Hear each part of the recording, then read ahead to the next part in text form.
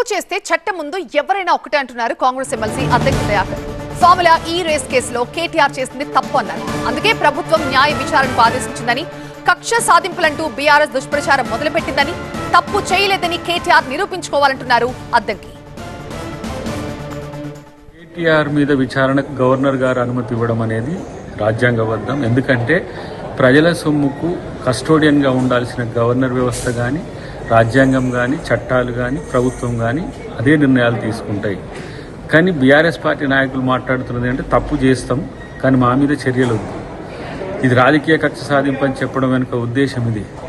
ఎక్కడైనా సరే ఏ ప్రభుత్వమైనా పారదర్శకంగా ఉండాలి. ఎలక్షన్ జరుగుతున్న క్రమంలో ఏ విధంగా ప్రజల ఆస్తిని ఇతర దేశాలకు తరలించిందో చెప్పాల్సిన అవసరం ఉంది.